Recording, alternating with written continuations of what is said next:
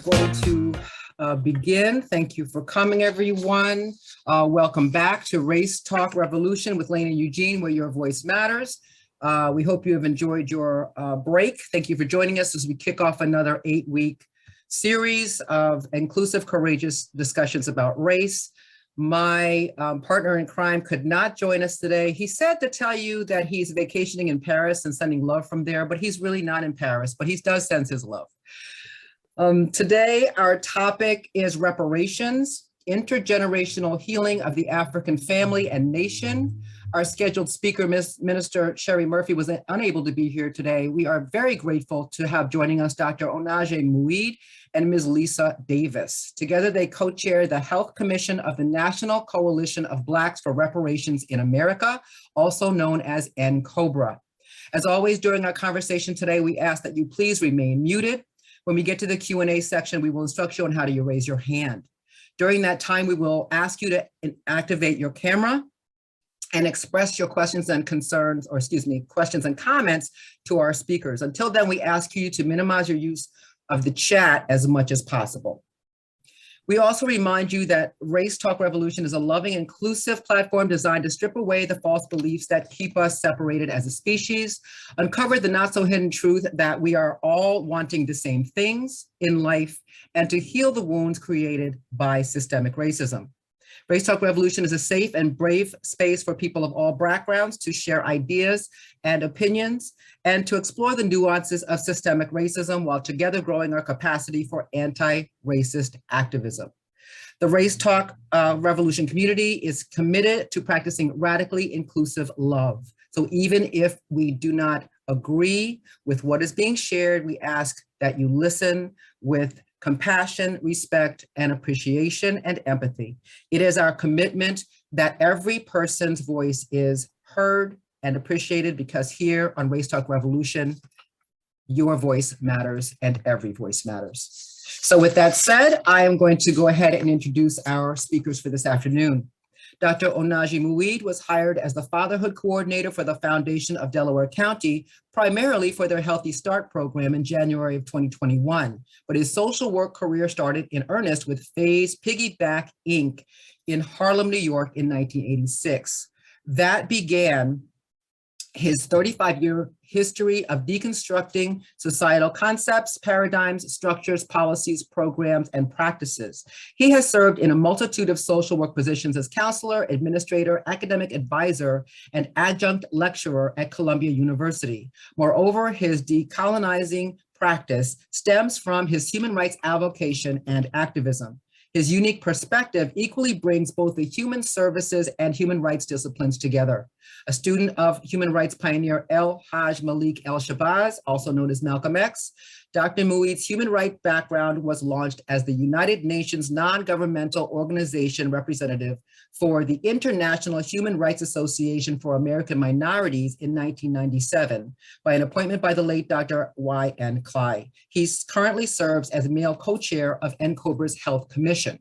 He has provided training, led workshops, and panel discussions on substance abuse, anti-racism, health and wellness, social determinants of health, transformative social work, human rights, social justice, and reparations since 1986. Ms. Lisa Davis is a longtime strong community activist in New Jersey who has been passionately committed to the Black liberation struggle for over 30 years. She has started out at the age of 19, being the youngest person ever elected to serve on that Democratic County Committee in her hometown, but soon found a stronger and truer voice in the grassroots movement of the people's struggles and has made a conscientious choice to stand with the people ever since. From being actively involved in the struggle to end apartheid to fighting to end police brutality and stop and frisk, Lisa vows to remain committed to the struggles of oppressed people everywhere. Today, she is a longtime New Jersey community activist, the vice chair of the Black is Back Coalition, and the chair of its healthcare working group. She is also the female co-chair of the newly formed NCOBRA Health Commission. After learning at a very young age the important role that nutrition plays in our health and emotional well-being, she has been on a 30-year journey that leads her back to the power of our ancestral medicines and the true definition of science, which in the ancient African tradition involves the study of the boundless energy of the earth and the synergistic relationship that exists between humans, the earth, plant life, and other animal life forms. This stands in opposition to what she calls the colonizers' view of science, steeped in racism, violence, biochemical warfare, and profit that governs most of our worldview. And whereas she commends the Black liberation struggle for being on the forefront of fighting against the abuses of racist, judicial, and law enforcement society, she is adamant that we must become equally as vocal about the devastating manifestations of colonialism and structural racism in today's concept of medical science. So I'm sorry for messing that up, and welcome. That was a lot to say. Both of you really come at this from a very strong position of Black liberation. So what I'd like to do is just ask you both one at a time. We always ask our speakers to share a little bit about their work. Perhaps you could just give us some background about NCOBRA and what your role is as co-chairs. So welcome, Dr. Muid and Ms. Lisa Davis. Thank you very much for that generous introduction. I must say that to work with Lisa is truly an honor. She is a consummate activist and community organizer. So working with her has been truly a delight and pleasure, not just a duty.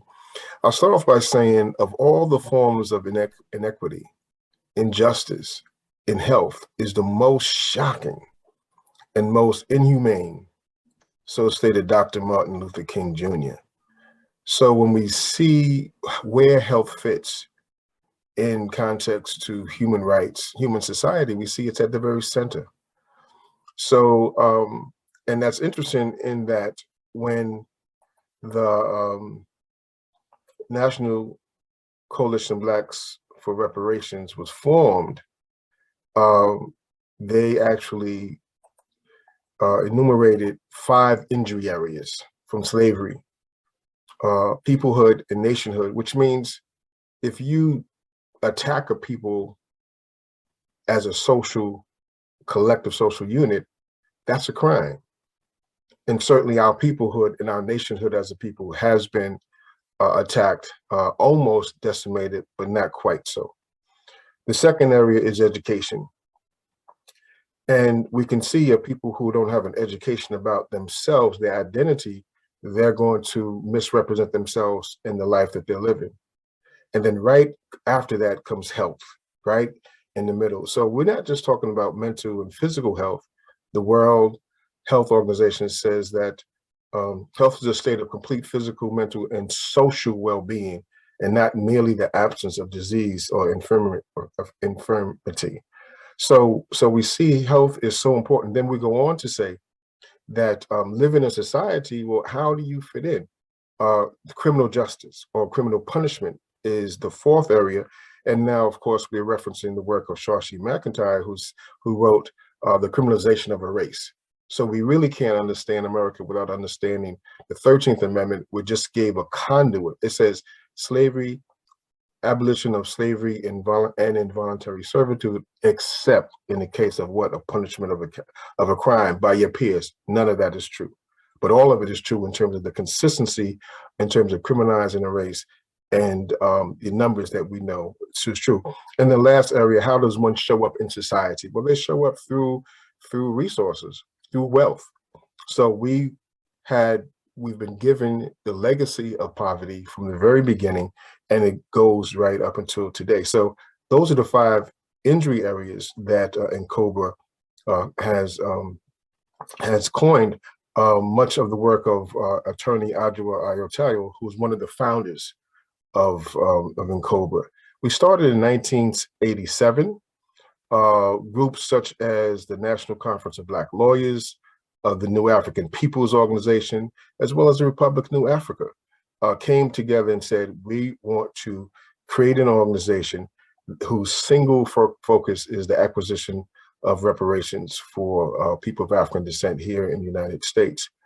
Other than that, I mean, that gives you an overview, and I have had the pleasure of serving as the International Commissioner and also the chairperson of the peoplehood aspect of the litigation suit So that's a little bit about the organization, and my commitment to reparations is to all those Africans who were kidnapped, who were transported, who were enslaved, and going through these, 20 generations, if we go back to 1619, 20 generations of oppression.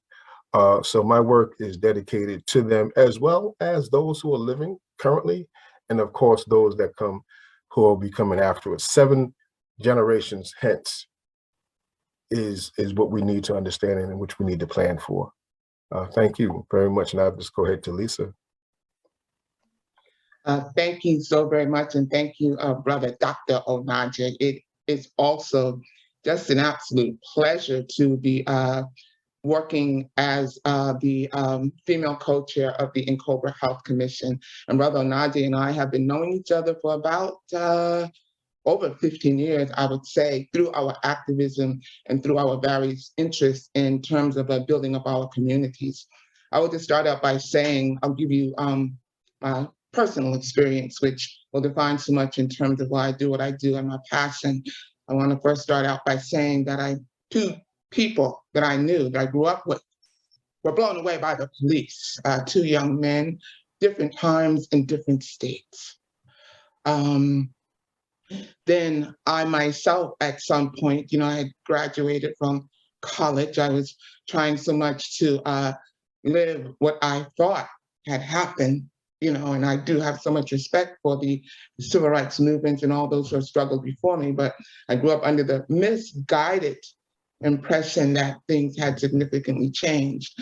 And when I was in college, I graduated with one of the top colleges with honors and all these kind of things. And in college seemed to reflect that if I put in the effort, that I would reap the benefit from that effort to graduate into a society that reflected nothing at all about what my college experience was.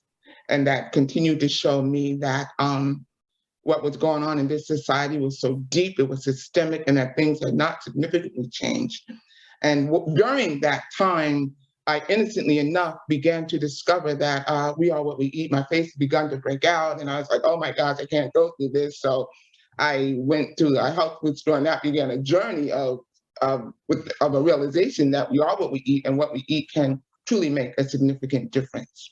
And so with that, at some point, just through working, just doing something as innocuous as working, as just getting on a train in New Jersey, that's all I was doing. And that would just lead to a horrible case of police brutality in which I was not physically hit, but I was still nonetheless brutalized.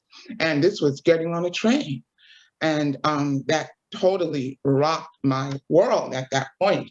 I was so emotionally unprepared for that. And then through that, though, at that time I had, graduated from college and was thinking, oh, I did all this activism when I was in college, but I was just going to focus on my career.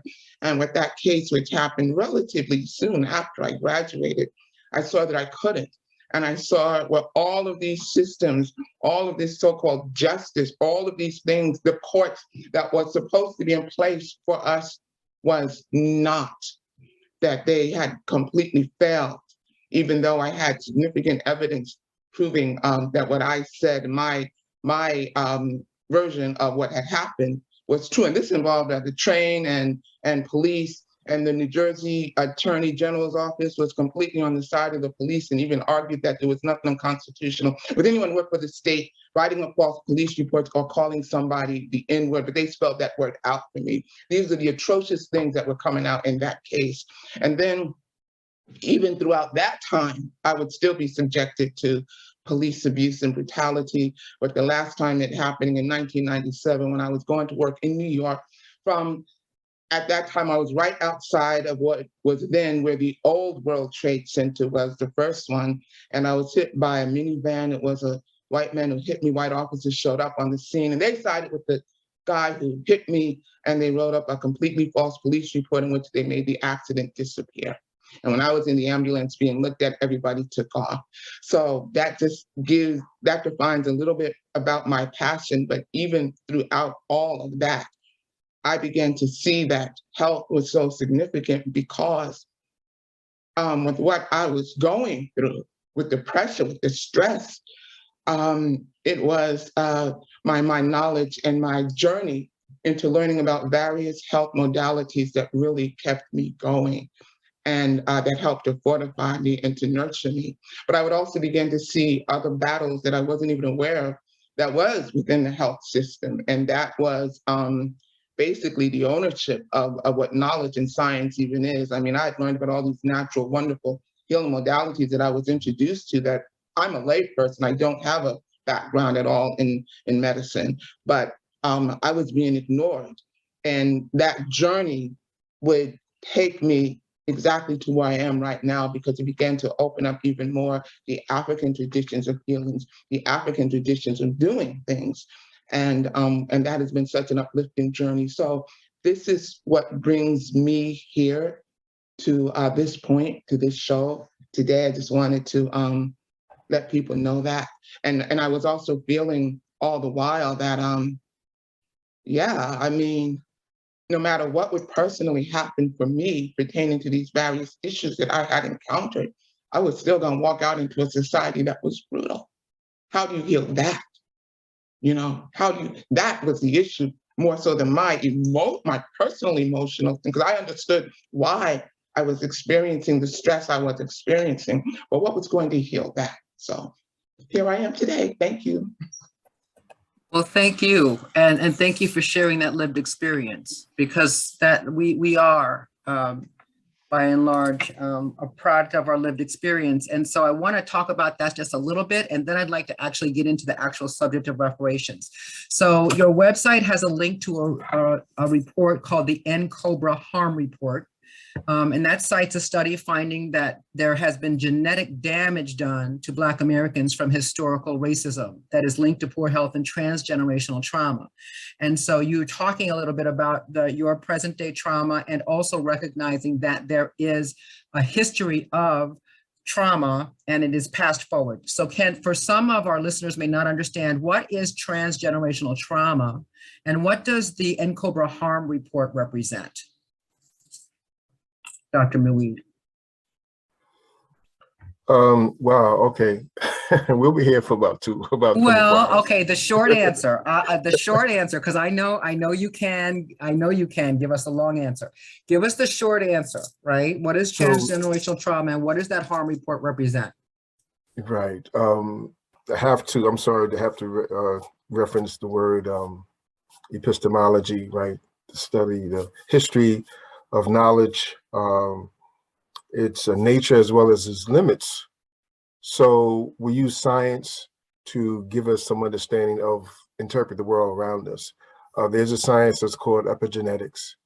And we've been shown through the study that so it's nature and nurture, it's not just one, it's both together. Epi meaning above the gene. So it doesn't change the gene structure in terms of one's lived experience, but it changes how the genes gets expressed. And when the genes have been damaged in that way, we have things that's called heart disease. We have things that's called renal failure. All the different health disparities that we find in the African American community, we are linking this to this history of 400 years of oppression. So when we say intergenerational trauma, what we're saying is that all the lynchings, think about this. When you are captured and you are hung and you are lynched, and you force people to come around and witness that, either those who are connected to the person that's being lynched, or even the people who are coming to be entertained. So when we talk about intergenerational trauma, it's happening on both sides. This is not a one-sided thing. All of us have been traumatized in different ways, but of course, the opposite side of that is that people have benefited from that trauma disproportionately. So intergenerational trauma is now understanding the impact of all this horrific treatment for 4 centuries. And what does it do to the person? So not only does it change one's the way in which genes gets expressed in terms of the biology, but also changes your psychology, how you see the world. You live in a world that you're frightened, you're always second guessing yourself. It diminishes you. So we're really talking about the full scope of dehumanization. And now we can look at the studies in terms of Jews in Europe, right? 5 generations hence. And we can see that those, the children of the children of the children of the children are still experiencing consequences of the Holocaust. But then again, if you take that and then you compare it to 4 centuries of another people, people here, Africans here in America, then you can start to imagine the enormity of what we're talking about. So the harm report was a report that we had contracted. I'm going to ask Lisa to talk about the harm report. She did a fabulous job in pulling out, I think it was 4 or 5 key points that she's going to share with you. Thank you so much. And before going any further, we must give a shout out to our brother, Dr. Kenneth Nave, who had years ago begun to do research about transgenerational trauma and epigenetics. And at some point, he had reached out to a person who had been working with NCOBRA, Cam Howard, and that sort of began that was sort of like the genesis of gathering this information and this report and beginning to understand in terms of the significance of trauma and how this was affecting our people. And so the harm report was put together. And one of the things in terms of just to talk a little bit more about what Brother Dr. Onaje was saying, I want people to just understand that basically transgeneral epigenetic harm has to deal with the fact about the negative effects, various life experiences, as Brother Onaje had said. And it deals with the negative ways that these experiences can impact our genetic and how our DNA shows up in our bodies, in other words, so that these can cause chemical modifications that get passed down to the genes, to our DNA, that can get passed down to our children and to our future, to future generations. So that's one of the important things to understand about epigenetic trauma, and that yes, as African people, we do live with that. And this report, the harm report, gets into more specifically about what epigenetic trauma is. It gets into a lot of the research that has been done around epigenetic trauma, so that we can have something more to bolster our demands for reparations. A judge had ruled several years back that our issues had no standing, because there's nothing that shows that what happened in the past or that what continues to happen to us affects us presently, which is a ridiculous argument. But so this report helps to give strength to our demand for reparations, and to helping our people, to helping us to understand how trauma is real and how this can affect our bodies. And so that is what the harm report will help people to understand. There has been quite a bit of research that has been done about it, and we worked with Johns Hopkins University to put together this report. So that's something that is very important for people to understand. And so we're just very proud to have worked on the report and to have presented it. So can I just interrupt you? Thank you for that. So we know House Resolution 40, passed the House after being reintroduced, and that authorized the commission to study. It hasn't passed yet, Lisa. Yeah, it hasn't. I know it hasn't. I know it hasn't passed. Initially, right? It's just initially, like there's a little tease of like maybe it'll work this time, and we don't know. My question is, what are you looking for in terms of reparations? What does reparations look like in the realm of health outcomes? And what are we actually talking about, and what outcomes are you working towards? Okay, so when we use the word reparations, we have to understand that we're talking about an international accepted term. There have been at least 3 or 4 different special rapporteurs at the United Nations who have explored reparations. If we reference the work of our special rapporteur, Ivan Vince, what's his name? Not Ivan Vince, sorry, I can't think, but it's close to that, right? But Ivan Van Boven, he says that you have 5 aspects of reparations. You have compensation, you have restitution, you have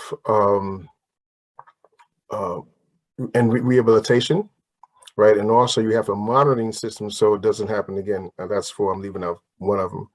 So we're saying it's not just 40 acres and a mule, which goes back to Sherman, General Tecumseh Sherman in 1865, who said any African who's 21 years of age, right, should get 40 acres. And because we have all these mules that we don't need, we're going to give you the mules too. So when we speak about reparations in the Black community, we constantly hear 40 acres a mule, but actually it did happen, right? Short-lived nonetheless. And then with the assassination of Lincoln, President Johnson then rescinded it and said, okay, well, you can still have the land, but you have to pay for it. Now, people are going to pay for land who just come out of slavery. So you can see that it was certainly a political trick to deny people the land. And remember, the same land that was supposed to be given to the formerly enslaved Africans, in fact, was returned to the same slaveholders, right? So when we talk about reparations, we're talking about a history here in the United States, and we're talking about a history in terms of how it sits in terms of the world stage. We're living in a time that is incredible in that the United Nations declared the decade for people of African descent from 2015 from 2024 with 3 principles: recognition, justice, and development. And if you look at those principles, you can see how they embed reparations. How are you going to develop a people, right? In terms of the last one, without having justice. What is justice? Justice is the reparations, but it comes with the recognition of what this history has been. And we're also living in a time where we have now what is called the permanent form for people of African descent, which was actually started like last year. And as a result of that, we have to have both a national conversation about what reparations is and what it's going to be, and we also have to have an international. Those things are inseparable. So here in the United States, for example, for the last 20 years, people were, up in arms against affirmative action. But in international law, you see, it says that you can't have reverse discrimination, right? You can't have, so the whole plea of saying, we're against affirmative action is saying I'm against international law. Why? Because in CERD, it talks about what is called special rights and talks about special measures. So only with an international orientation and education will we really understand what reparations are and what they can be here. That's why those 2 things have to be mixed together. I'm finding that interesting because what you put me in mind was yesterday the questioning of Judge Brown, right, and the question about would she consider international law in deciding cases, right? And she's like, no. So the excuse me, let me interrupt for a minute. I'm very sorry. See, the thing is, America has already signed on the International Covenant on Civil and Political Rights. So it's not a question, would you consider it? It's already law, but it's a law that this country chooses not to use and not to reference because it's not in their best interest. And that's what we see this constant, white man speaks with a forked tongue. He says things one way and then you go another way in terms of always leaving out the things that they've already, adhered to. How many treaties have this country violated in terms of indigenous people? So it's not a question of should she reference international law or not. It's already the law, but this country doesn't want to recognize it. Thank you. I'm with you. I'm with you. So what Ms. Davis, what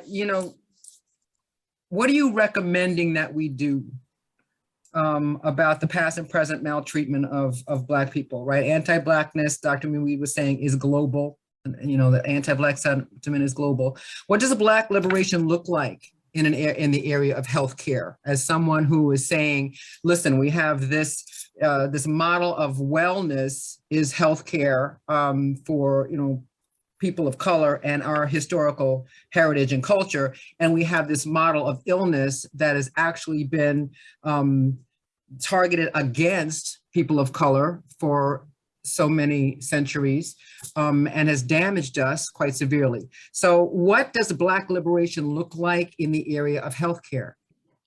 In the area of healthcare, Black liberation looks like Black people, African people, I use that term synonymously, that we, wherever we are, define our own system of healthcare. We define what healthcare is, and that we recognize and we uphold and acknowledge that we are from Africa.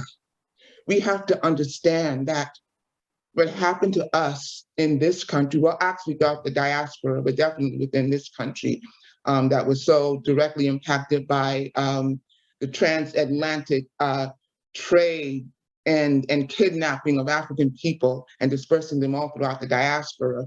And in this particular country, we experienced an severely extreme, severe and damaging form of it, although it was damaging all throughout. We have to understand that we are African people, and that has significance in that we have a culture, we have a completely different way of looking at things, and that was what was forced upon us was the colonizer's way of looking at things. And I'm going to use that term colonizer a lot because that's just the best, the most inclusive way that I can really describe what happened to us. We had a way superimposed on us by people who did not mean us any well.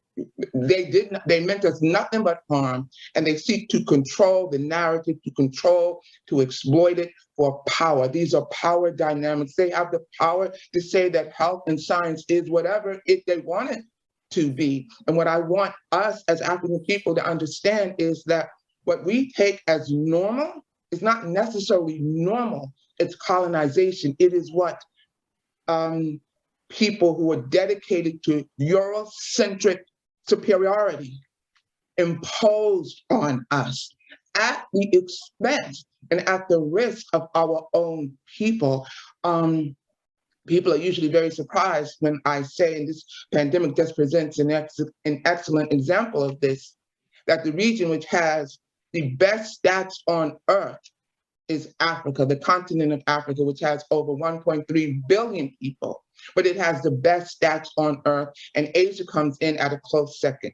The region that has the worst stats on earth is the West, with the United States having more dead bodies than any region on the planet. Now, they might not have the highest percentage of death, but they do have more dead bodies than any other place on earth. And in fact, it's probably going to hit a count of 1 million today or maybe by tomorrow. Africa, on the other hand, has the total number of deaths that's been reported for Africa for the whole continent out of 1 billion is about 250,000. And in terms of deaths per 1 million, that equates to about 170 or 180 deaths per 1 million.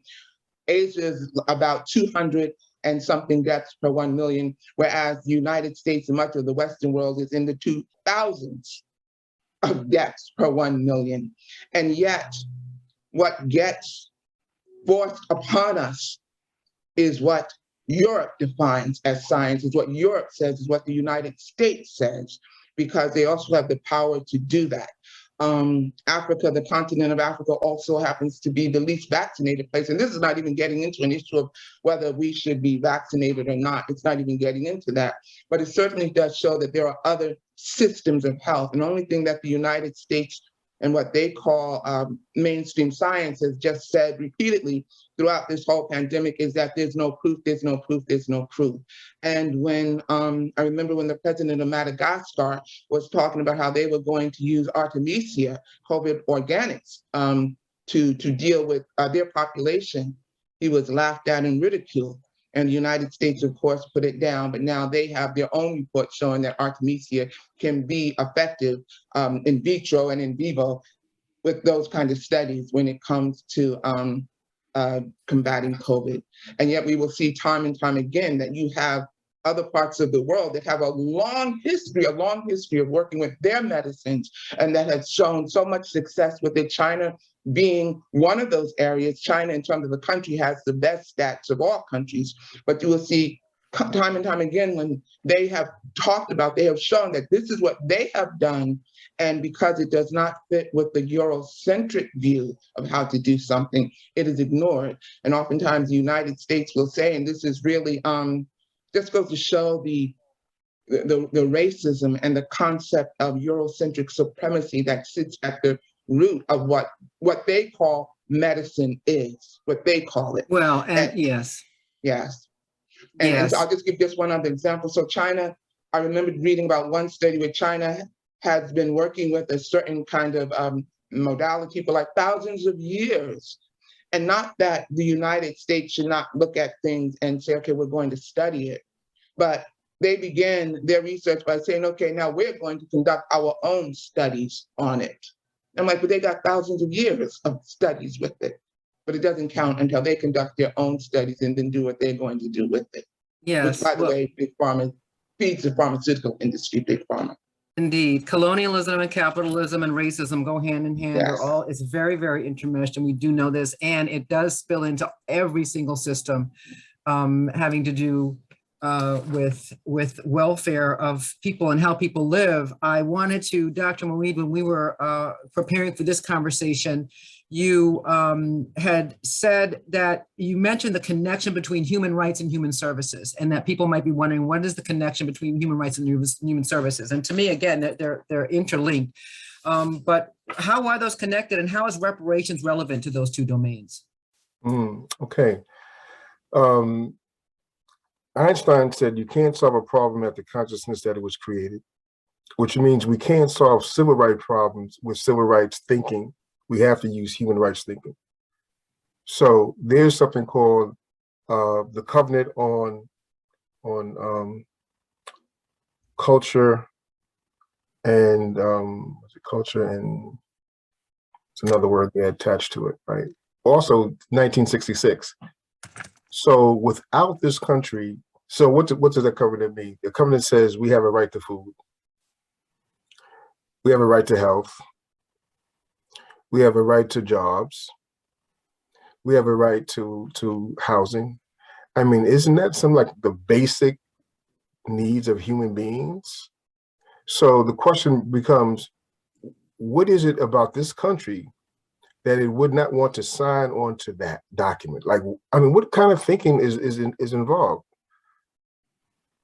Where you want to deny people the very material basis of their existence for a quality of life that we can say is consummate with the Western world, but they choose not to sign the covenant on culture and social rights.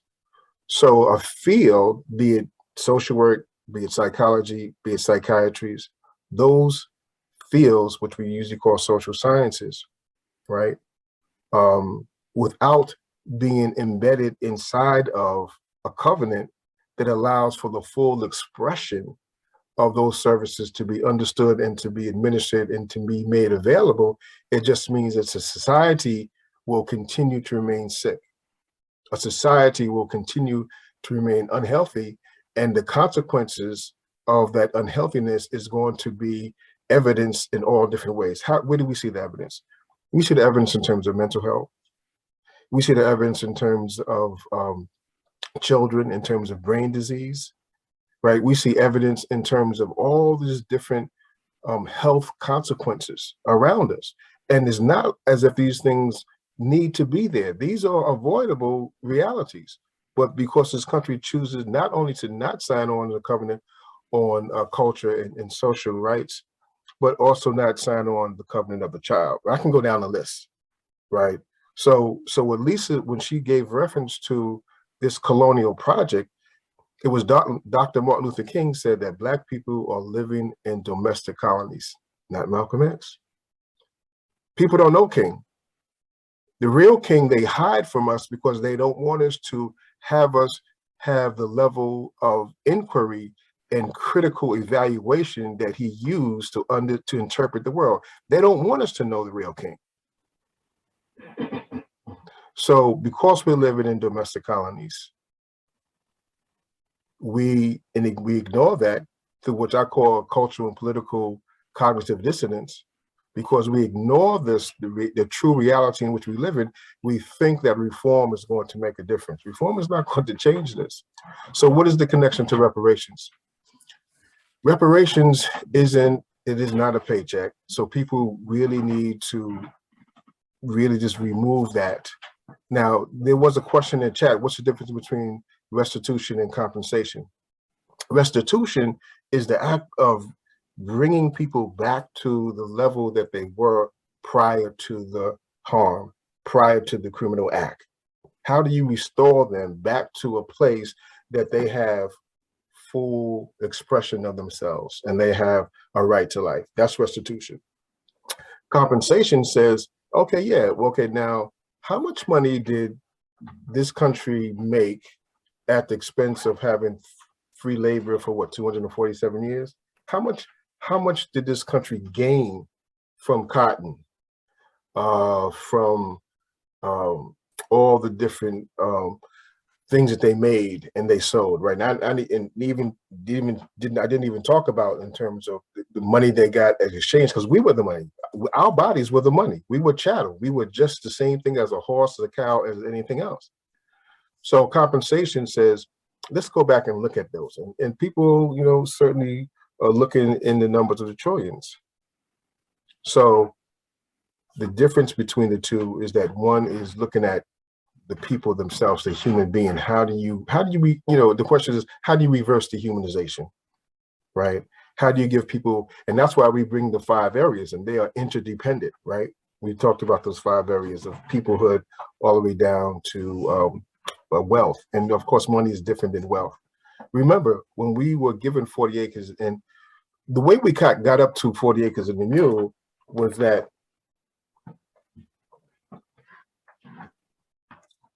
Sherman met with about 20 or 29, 30 reverends, preachers in the South. And he asked them, what did they want? And they said, we want 3 things. We want land. We want protection from the government so we can live on our land in peace and security. Now, isn't this interesting, right? They're talking about public safety. Everybody, when they talk about public safety, is like the criminals. Well, this country is the criminal. That's who the criminal is. So they was talking about public safety, and they said, we want to be left alone. Let us just, you know, just leave us alone. Give us this land, give us, you know, protection, and just leave us alone so we can develop ourselves and we can heal ourselves. That's how we got to the question of land. So human services is then, how do we understand people's needs? How do we therefore create systems, right? In medicine, there's the word called nosology. Nosology is the organizing principles that allows you to create a health system. So if we're looking at a health system that is coming out of the colonial project, then what you're going to get is something that's going to be truncated and is not going to deliver the services that the people who've been harmed actually need, right? So one of our priorities today is declaring racism a crime against, declaring racism a public health crisis. And that kind of goes along with what was done in 2001 at Durban, South Africa, of which I was a delegate, where slavery was declared a crime against humanity. There's 3 basic crimes in international law: genocide, war crimes, and crimes against humanity. Most people don't even know that that was the verdict of the Durban Declaration. But that declaration went on to create the experts on people of African descent, went on to create the decade, went on to create the permanent form. So we are living in this constant push towards humanity where people can be recognized. So human services is a reflection of a government's view of its citizens, and also the response to what their needs are, mental, physical, and also social well-being. So it's not just the physical part that makes us healthy, it's the social part, because we're social animals. So that's why I'm expanding the health injury area to include social well-being, which is so important.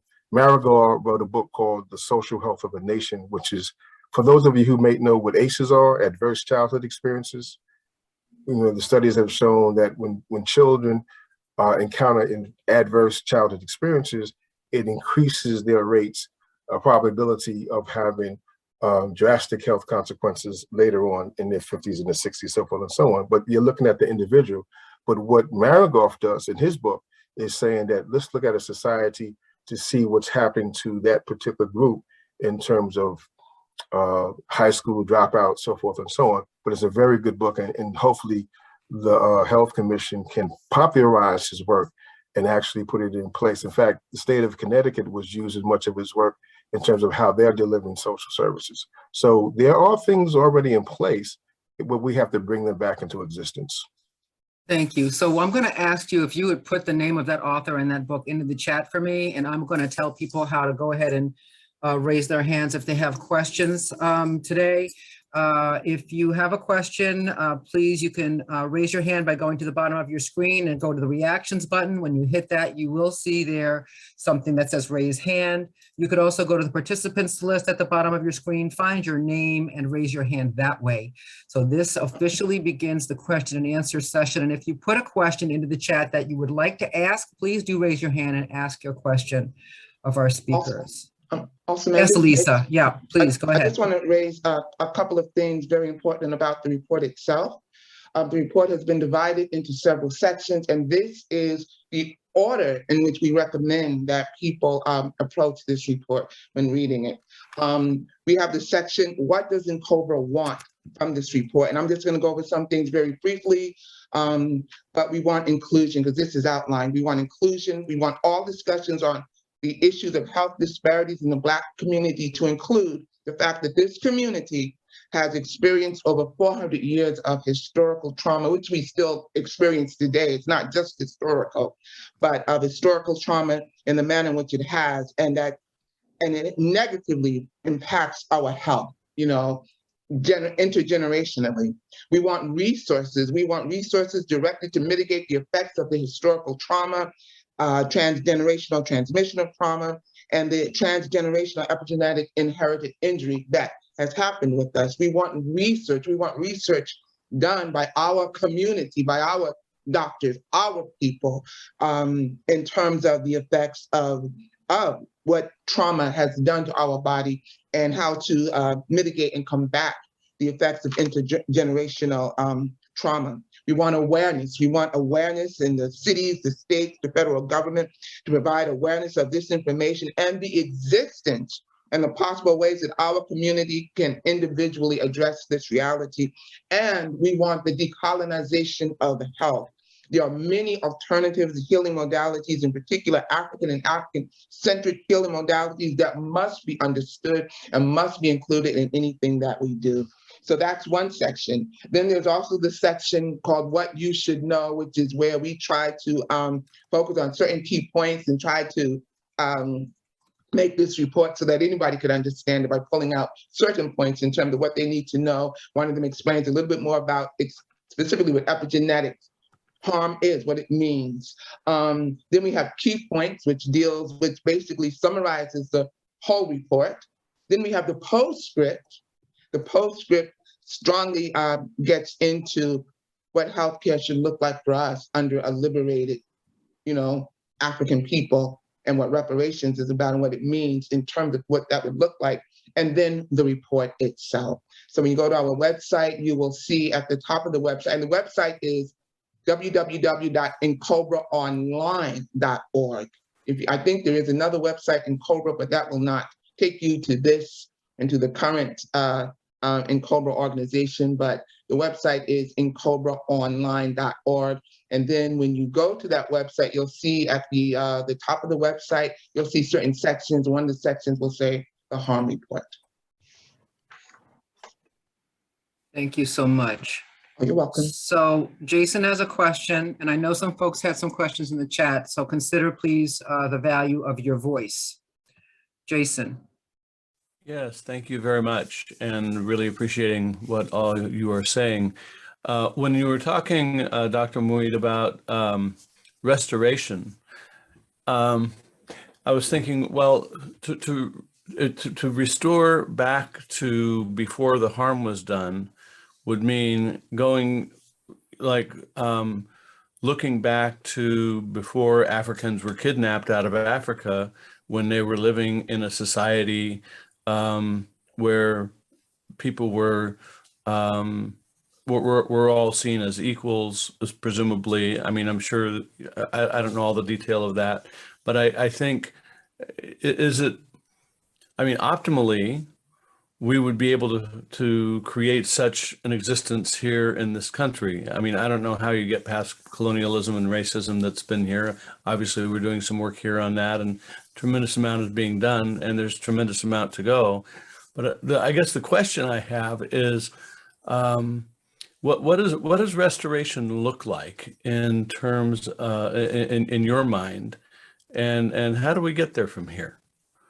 Thank you. I don't know. The answer is I don't know. But I think it's something that we as humans have to figure out. We have to co-create it. One thing is funny, I kind of left out the main part of, I don't know if I talked about rehabilitation, which is one of the 5 areas of reparations. So we know that restitution is going to include the rehabilitation of the people, right? And so they can really understand what they've gone through and start to put in systems of repair that certainly repairs their genes, the body, right, in terms of diet, in terms of exercise, which is called social determinants of health. But also it means that we have to create communities, healthy communities, right? Like I had referenced before, Dr. Martin Luther King said that we live in colonies, which we are. We don't control the economics, we don't control the politics. It's used as a wastebasket of, the poorest foods gets dumped in, the poorest quality of products, and the money is extracted out, right? That's what a colony, that's the consequence of a colony. So when we talk about reparations, it was not just giving someone a check, and we have to get away from that. It's how do you make a people whole again? And all the things that makes them human, that makes us human, would have to be a part of that formula. So no one has the answer, Jason. It's a very good question. No one has the answer, but you know what? We have the answer together. If we all start using our intelligence and using our thinking, well, what that would look like, we can come up with what that would be. But it's a question of will. Lisa talked about power. Power can be seen in at least 5 areas: physical force. It can be seen as wealth. It can be seen as state action. It can be seen as social norms, and it can be seen as ideas, right? So we have to own that we all have power. And the question is, how do we use the power that we have now to make it more equitable for everyone else? And right now, reparations is an idea whose time has come. In fact, it's been here many years before that we can go back to 40 Acres and Mule. But we also can talk about Callie House in 1898, who had a reparations movement. Most people don't even know who she is, but we're showing a film on her what is it, Friday evening, that I'll put that link in the chat. If people are available, they can see that, be invited to that. Yeah, thank you so much. I just to me, it just, the implication is a fair and just society, and it just seems like yes, that's what we need to strive for, and it just seems so out of reach so often. So and the reason, the difficulty in creating a just society is people's inability to face the truth, the inability to face the facts. When I was teaching at Columbia, I used to ask the question, the facts, the things that do that what you think is so, does it line up on the side of the myth of America, or does it line up on the side of the reality of America? So we live in a myth. And because we live in the myth, we feel that there's nothing to be done, nothing to be repaired, or so little to be done because America is such a great country. So we have to face the truth of what this country is. And that means it has to be a truth and reconciliation process where we say, let's lay out the facts. And this is what HR 40 talks about. HR 40 it's a study bill, but it's also a proposal bill to say, let's now not only look at what has happened and the consequences of that, but let's see what proposals will be the most amenable in terms of actually responding to the enormity of the crime. And this is the crime. So when you say slavery is a crime against humanity, that's the framework where you have to start from. So people are using the language white privilege. There's no such thing as white privilege, but what there is unjust enrichment of people who have stolen something from someone else and they are benefiting from that theft and they choose not to recognize it. So we have to start speaking in international legal terms, right? It's not white privilege. What it is, it's theft. It's unjust enrichment in which white people are now benefiting from it. So we know the gap between how much wealth, like $2,000 for a Black family versus like $150,000 the average white family. So we know why that is so, because we live in the system. So when people say that the system is broken, the system is not, functional. No, the system is producing the results that it was designed to produce, but we don't want to face the truth. That was the very beginning, which was a white colonial structure from the very beginning. And that hasn't changed. And that's why racism is in everything that we do, is because that's how it was actually created and designed. And also, Thank you. Go ahead, Lisa. I just want to add, of course, equity and social justice should be no matter what, but that's not reparations. Everybody we should live in a society, all society should be about social justice and equity. That should go across the board for everyone. But reparations deals with a specific harm, specific action, specific violence, specific crimes that were committed against people. And certainly there was a horrible crime that was committed against African people throughout the diaspora and specifically within America. So we just have to really understand that. And the result of reparations, in terms of what that will ultimately look like when it happens, that is hard to define. But we just have to understand that social justice and equity is not reparations, but it should happen no matter what. And I know that when I was what got me involved in the reparations movement some years ago, I'm recently involved with NCOBRA, though I've always supported the work of NCOBRA. But I remembered some years ago when I began to study what was going on with the reparations for the victims of the Nazi Holocaust and how the United States, I'm not going to say they took the lead in it, but they certainly did play a leading role in it. And they had conferences over here in the United States, and they argued that you cannot there's no such thing as a statute of limitations on crimes against humanity, and that Germany must pay, and all of those who participated in any way and who was, in terms of the harm that was done in the Holocaust, that they must pay. And it was understood clearly, you have to pay. It was understood clearly that there were dollar amounts attached to that payment.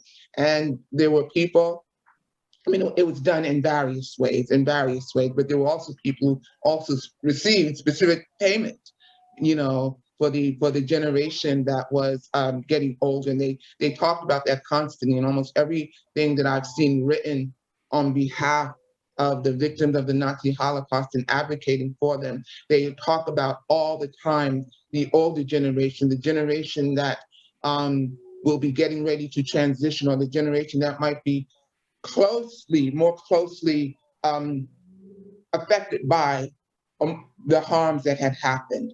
And they talked about that all the time. In fact, a couple of years ago, the JUST Act is what I think they call it.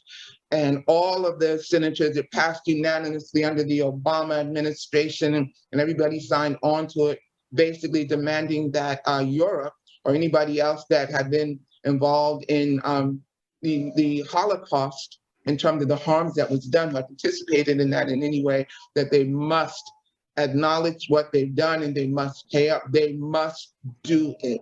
But yet when it comes to the victims of the transatlantic kidnapping of our people and the horrors that was done to us for over 400 years, it's a completely different conversation, at least by the government. And I'm not at all inclined that anybody here is saying that, but I just wanted to piggyback off of that point. And thank you. And also, if I can just say one other thing, there's so much dynamic information being put in the chat, and if people want to save that information, there's 3 little buttons at the bottom of the chat by the little icons. And if you click on that, you can hit save and it will save the chat. I love So it. She do my job for me. Thank you. You're hired. I'm so You're used hired. to doing these things. Lane, can I mention that someone mentioned in the chat, which is a really important point, which hasn't been discussed. And Yes, just a minute. I just want to, Adine, I see your hand. Okay. All right. Yes, Dr. Muid, go for it. right, restoration looks like having the formers of this nation constitutionally declare us human beings having equal standing in all legal rights. Constitutionally, we are still considered 3/5 of a person. So what she points to, or he, I'm not sure if it's a he or she, what the person points to is what Dr. Yusuf Clyde, KLY, calls the antisocial contract. That there was a constitution that is written, informal, and enforced, and there's also was an antisocial contract at the same time. And what he says, and I use this in my master's thesis, that until we get equal status in this country, we'll continue to see these rates of disproportionality in education, in law, in wealth, and everything else. It's only when you have equal status, and this is what Yusuf Clyde speaks about in his book called The Antisocial Contract, and I put that in the chat as well. So that was a very astute point that person brought to our attention. Thank you. Yes, thank you. All right, Adine. Thank you so much to the speakers this morning. You're marvelous. The first thing I wanted to say is this will go on until the world considers people of African heritage fully human. And that is the issue. It does not surprise us that in this horrible war in Ukraine, the Ukrainians who are suffering had no difficulty beating the African medical students who were trying to leave the country. So we are still not seen as fully human. Therefore, human rights don't apply to us. The second thing I wanted to say, I wanted to ask if you were aware of Harriet Washington's book, Medical Apartheid. If you have not read the book, you must read it from cover to cover. She explains in great and gory detail the medical abuse of people of African heritage, which has been part of our medical system and certainly echoes in the substandard medical care we get today. And the third thing I wanted to say, with our push as African Americans to be fully integrated, how much into this society, how much of our power do we lose in pressing for integration? Because we're asking to be integrated into a Eurocentric society. And and I'm not quite sure that I have the answer, but I think we're losing something of our own worth in this push for integration. You're certainly hitting a very important point. So when we look back at Brown versus the Board of Education, our people were not fighting to sit next to white people. We was fighting for equal resources, to resource our institutions just as much as any other community would have resources. So it got turned on its head and really took us backwards, right? Because people have a right to self-determination. People have a right to self-reliance. How do I know this? I know this because this is codified in the United Nations Declarations of Minorities. That says if there's a religious minority, a linguistic minority, as well as a national minority, people who are living on a land base prior to the existence of the formation of that nation state, that people have certain rights. Look at the way that the French people are being treated up in Canada, right? So human rights is something that most people have been talking about it on an individual basis, but now we have to talk about group rights. This was Kofi Annan says, we have to now elevate human rights to include what is called group rights. right? So when we say that this is a nation, we are misguided. This is not a nation. This is a nation state. In fact, it's really a multinational state. But when you say nation and you get everybody to agree to that language, you disappear the indigenous nations. You disappear the African nation. So what am I saying? I'm saying that only through the concept of political pluralism will we have a society that can, in fact, give us all the rights. So we have a right to be with who we want to be with, and we have a right to be with other people as well. But the concept, the political concept in which that's contained in is called pluralism, right? So these human rights treaties speaks to those kinds of things, but we're still working towards it because we still have the colonial project that is dictating everything that's happening to us. So we have to fight against decolonization. We have to really fight to decolonize our thinking and decolonize our institutions. Thank you. Tyrone? Good morning. Thank you both for being here. Good morning. Very deep conversation. Given the elevated tensions situation in our country now, CRT lies, voting rights, oppression, ongoing police violence, how do we get people to acknowledge as you were saying, Doctor, the myth, and actually look at historical and social realities? Is it through the obtaining of political power? I'm beginning to think less that that's the answer, but I'm curious to know both of your thoughts on it. I want to first of all say I appreciate these questions, all of them. They are so profound, and every question has like 20 parts to it that you can do college courses around. That's how we roll, Lisa. That's how we roll here on Race Talk. That's how we roll. Exactly. I'm like, we roll deep. Right. I can answer that in 5 minutes. I'm glad that the questions are being asked because it really does require that everyone begin to re-examine and rethink this construct called, quote unquote, the United States. I have to be reminded that it doesn't represent all of what's called America, but it's a Eurocentric construct that was built upon, that was established through genocide and enslavement. And throughout all of the United States' formal existence, I think, I forget exactly how many years, but over like its 200 and something years of existence, maybe there's been 30 years in which it was not at war, which I see as doing what they did domestically to people here, non-white people here, and them trying to bring that forward internationally. And it requires a deep reevaluation. It's been my experience that those who benefit by the horrors of this society, by its construct, oftentimes do not want to think any more deeply. They don't want to question anything. They're just given a line that they can adopt and they run with it. And that's really a very, very horrible thing. I personally think that the term American exceptionalism is as derogatory and as negative and as hurtful and as harmful as the term quote unquote white supremacy. We must challenge these constructs. I know this does not specifically answer anyone's particular question, but it's what comes to my mind, because look at where we are in this world today. Literally look at where we are, and we have to examine these constructs. We must. But to the question about integrating into this society, I personally am not speaking on behalf of NCOBRA, I'm speaking on behalf of myself. This is not a society, this is not a construct that I want to integrate into. It has been a tremendous gift and a tremendous awakening to me to understand that there are African constructs that are so much more profound and uplifting than this construct is.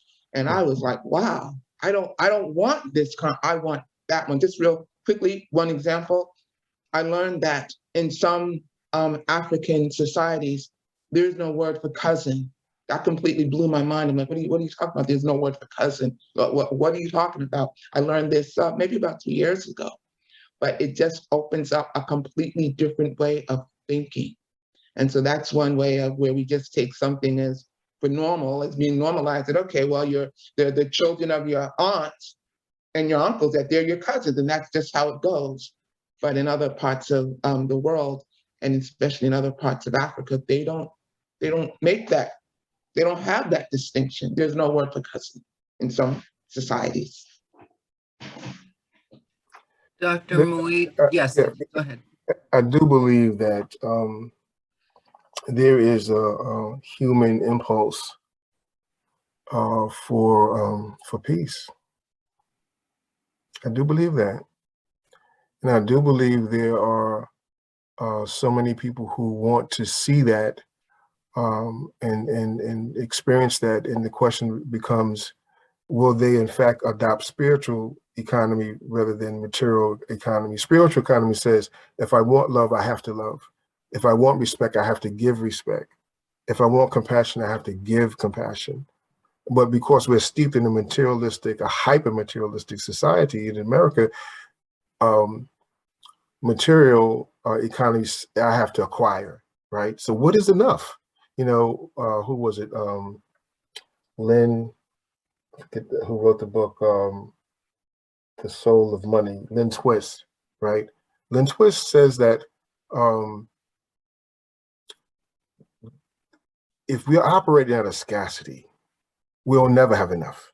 There'll always be something more, right? If we operate, and Europeans coming out of Europe with the plagues and with the infighting that happened in Europe, they was running away from each other.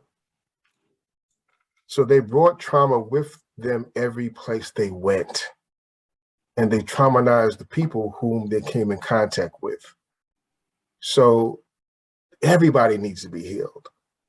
So we have to look at capitalism and seeing how it's perpetuating this greed, and that can only happen through social movements. There's no other way. I've studied everything I've studied. Said the only thing that changes people is social movements. When you get enough people who are dissatisfied with the way things are, they do things to make things change. And I think it's underway. It's never stopped. You know, when I did my doctorate at University of Southern California, using what was called social innovation, I was shocked to learn that the university was so limited in their thinking, they did not give us the scope. And then I found this lecture where someone was saying that the very moment that opposition and supposition happens, at that very moment, there's a response to that, there's a resistance to that. So just as there is social innovation that's inside of the capitalist construct, there was also an anti-colonial social innovation.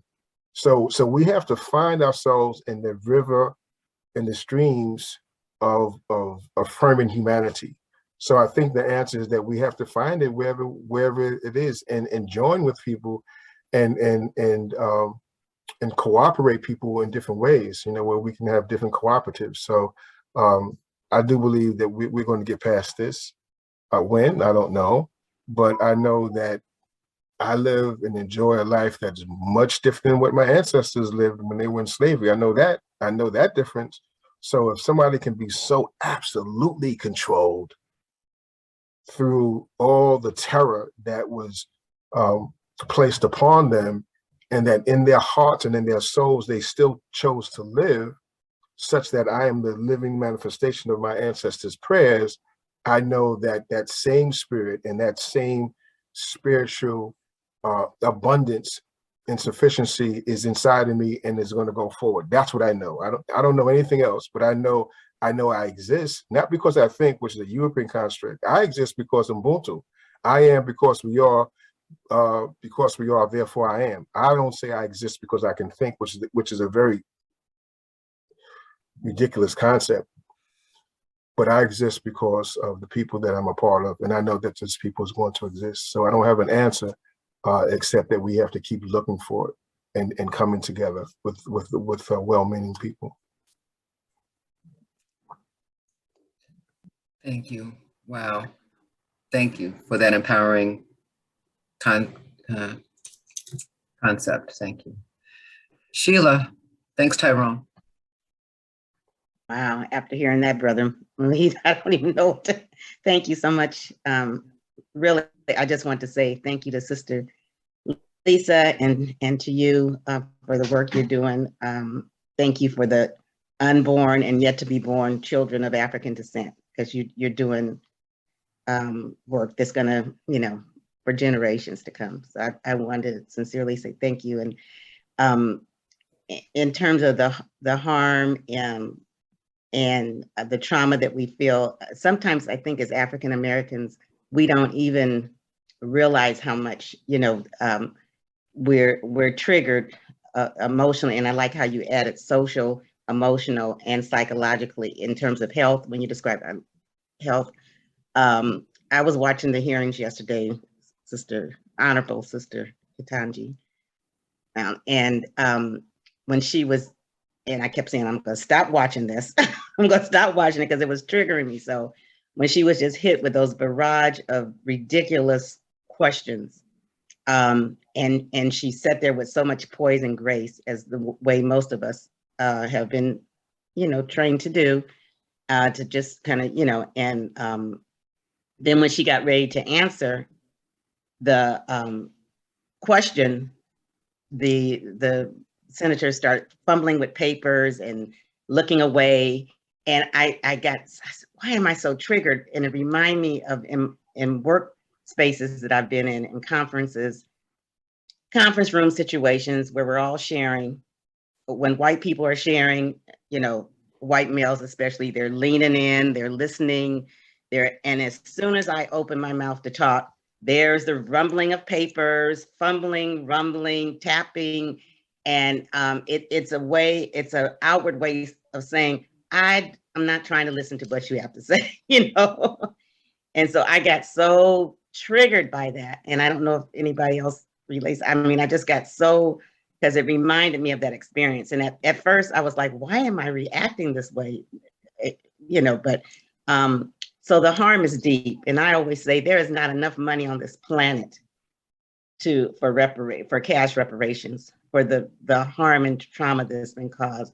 But I really appreciate what you're talking about when you're talking about not so much cash in hand, but repair, which is going to take over many, many years, I know, but kind of a soul, spirit, and health repair, and social repair. So anyway, I just wanted to say thank you, thank you, thank you, thank you so much.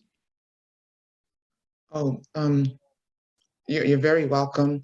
And one thing I would also just like to emphasize when we talk about the harm report, I do this work and I'm involved in these struggles because of empowerment. It has been the most empowering and the most uplifting and the most healing thing that I can do, is to fight for the liberation of my people and to fight to challenge and to change things. And even when we talk about epigenetic harm, we really have to understand that we are not broken, and we're not saying that at all. So I just had to, I just want to make sure that I emphasize that.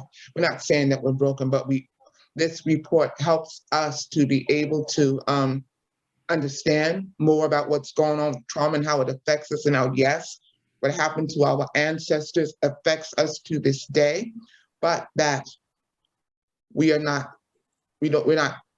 to be held captive by that. That there are things that we can do, literally, that can impact our DNA.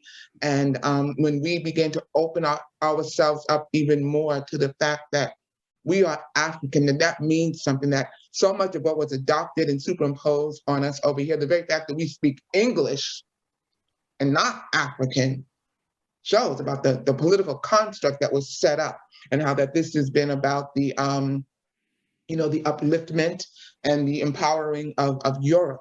And once we understand that there are other constructs, that is so uplifting. I just want to share with people some of the things that I've been reading. I also put in the chat a couple of books that have been so empowering to me, because there's really no way at all to say everything that I would love to be able to say, and to help that some of the work and research I have done has impacted me the way that I hope for it to impact you, other than to recommend certain books. One of them is Self-Healing, Power, and Therapy. I put that in the chat. This is the old teachings from Africa.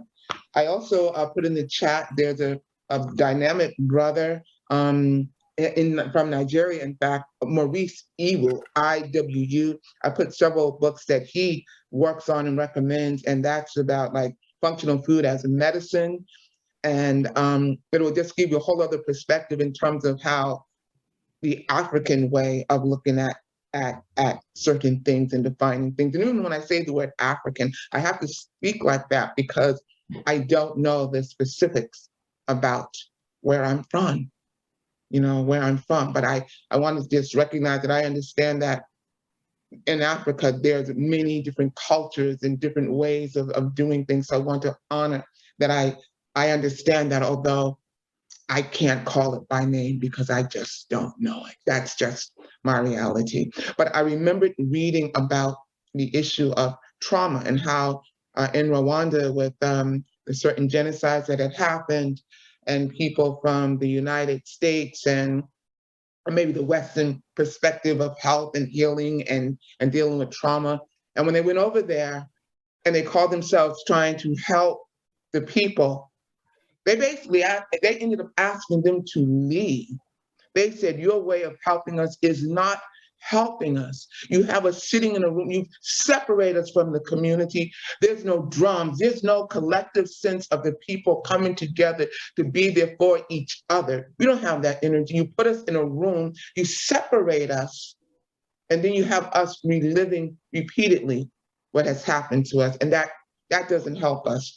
I'm looking at, I'm at my computer and I'm also looking at my phone. I'm gonna see if there's a way I can send this link, and maybe if I can't send it on the chat, perhaps I can send it to you, Reverend Cobb. And yeah, of course. I think this is so fascinating, but it's called Exporting Trauma. Can the talking cure do more harm than good?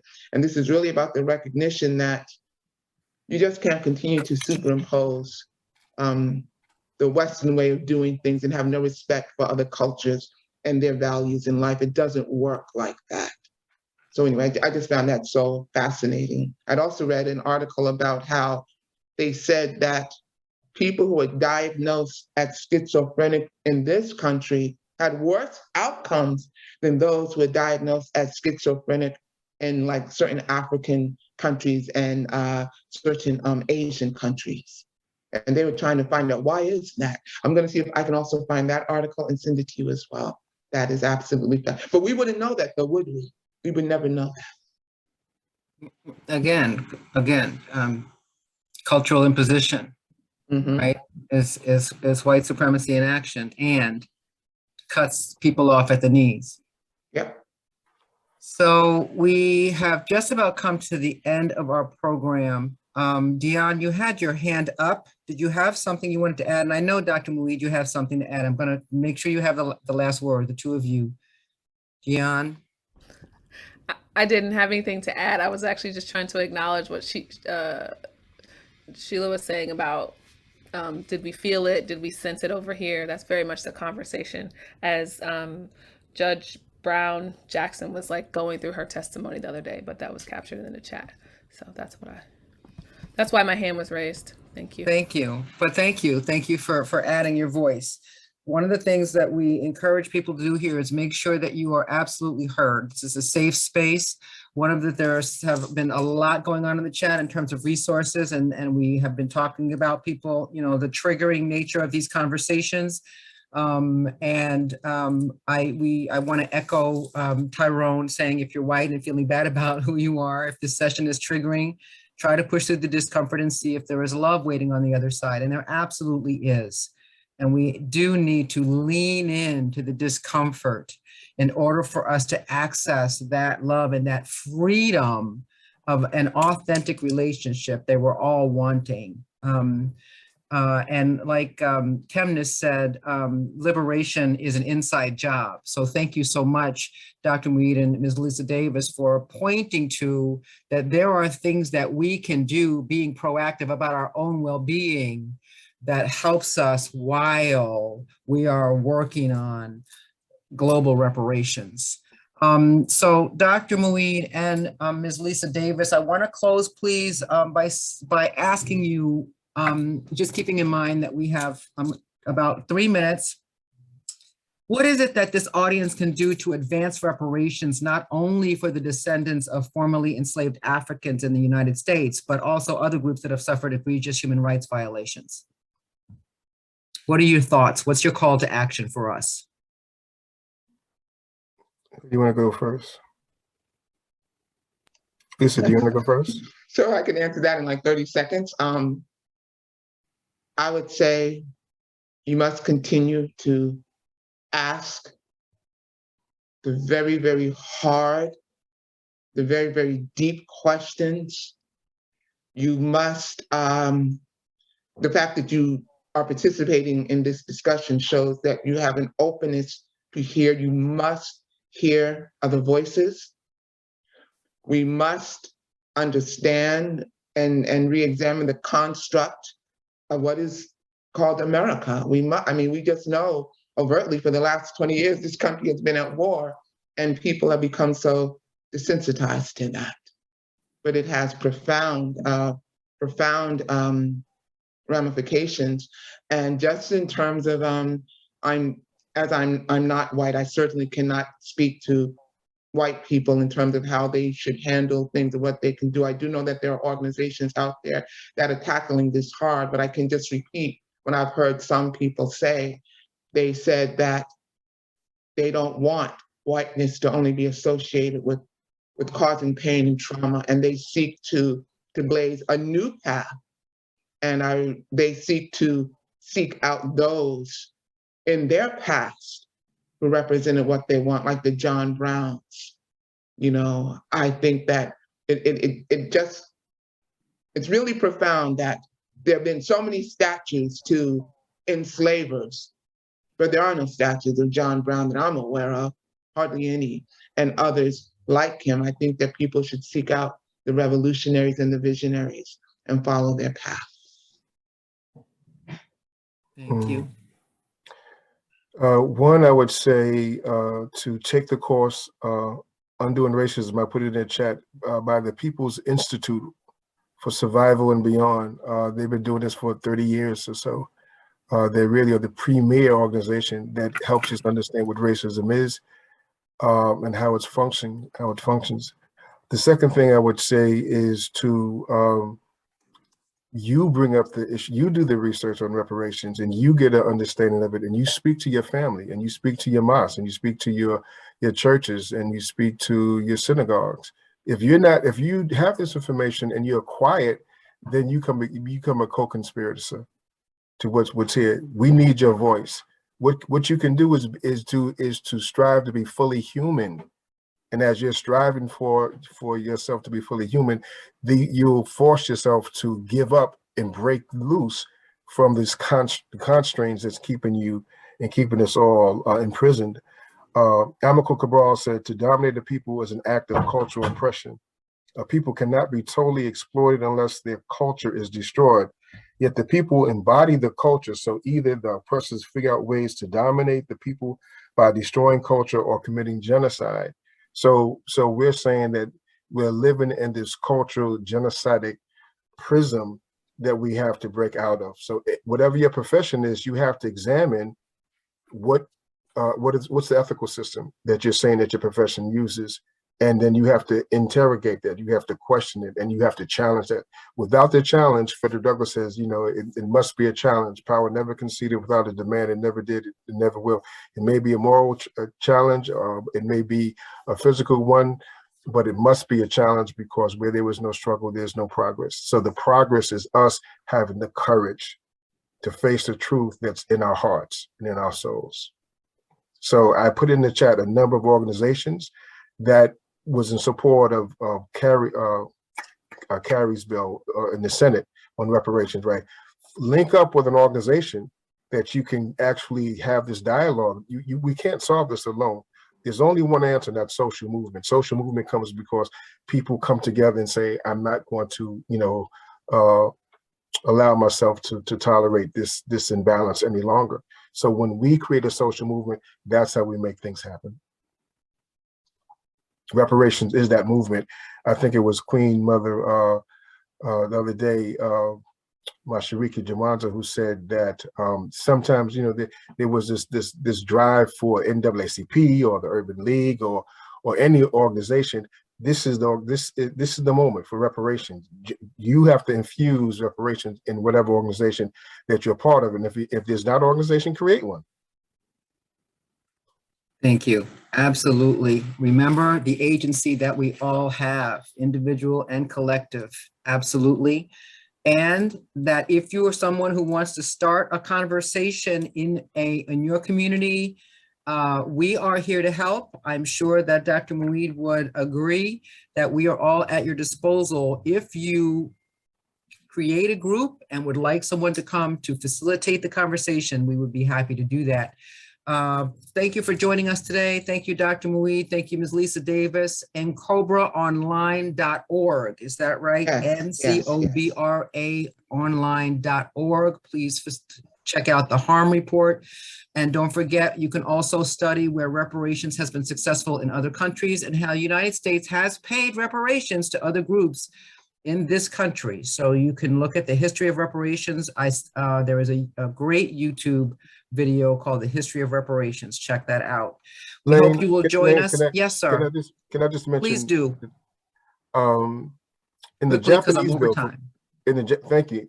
Quickly, the Japanese bill not only was able to successfully secure reparations for Japanese Americans who were just treated in such horrific manner, but they also allowed for the political prisoners who resisted. So America still has political prisoners of Africans who are fighting against this oppression. And some of them have been in prison for over 50 years. So I'm saying, let us not forget that there's been a history of resistance, and they're not criminals. You know, they put them in jail under the RICO, but actually they was prisoners of war, because they said a war has been declared against us, and I'm not going to just sit back and allow what's happening to us. Motula Shakur, in fact, has been in prison since 1986, right? He should be released. So part of this work is releasing the political prisoners who have been fighting on the front lines for the freedom of African people. And I just want to throw out there the act that I had referenced before. It's called the JUST Act, which is Justice for Uncompensated Survivors Today, which was passed in 2017 by all the senators and the Congress. And this is what they're talking about when it comes to victims of the Nazi Holocaust. I think everybody should look up that act and see what they passed for them. But they talk something completely different when it comes to African people. Indeed, they do. All right. Thank you, everyone. It is time to close this conversation, but we hope that you will continue to have the conversations in your families and in your communities. All right. We love you. We will see you same time next week. Thank you so much to our speakers, Dr. Onaje Muid, Ms. Lisa Davis of NCOBRA Health Commission. Absolutely fabulous work. Thank you so much for everything that you do. Thank you. All right, everybody. Take care. Thank you. Thank you.